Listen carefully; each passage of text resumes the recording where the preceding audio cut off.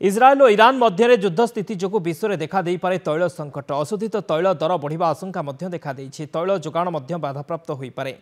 लोहित सागर बाट दे तैल आसवा बंद हेले भारत में देखा पारे तैल संकट। एने आज केंद्र पेट्रोलियम और प्राकृतिक गैस मंत्री हरदीप सिंह पुरी देश में तैल भंडार गच्छित नहीं सबु राष्ट्रायत्त कंपानी अधिकारी आलोचना करते।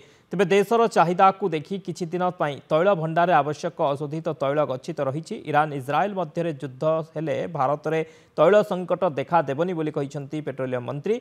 गतकाली इस्राएल ईरान आणविक केन्द्र उपर आक्रमण करथिला।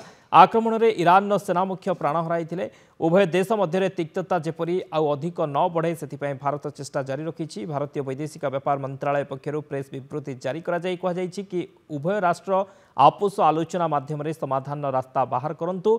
सेपटे दुई देश में भारतीयों को सतर्क रहिबाकु विदेश मंत्रालय पक्षर परामर्श दिया जायछि।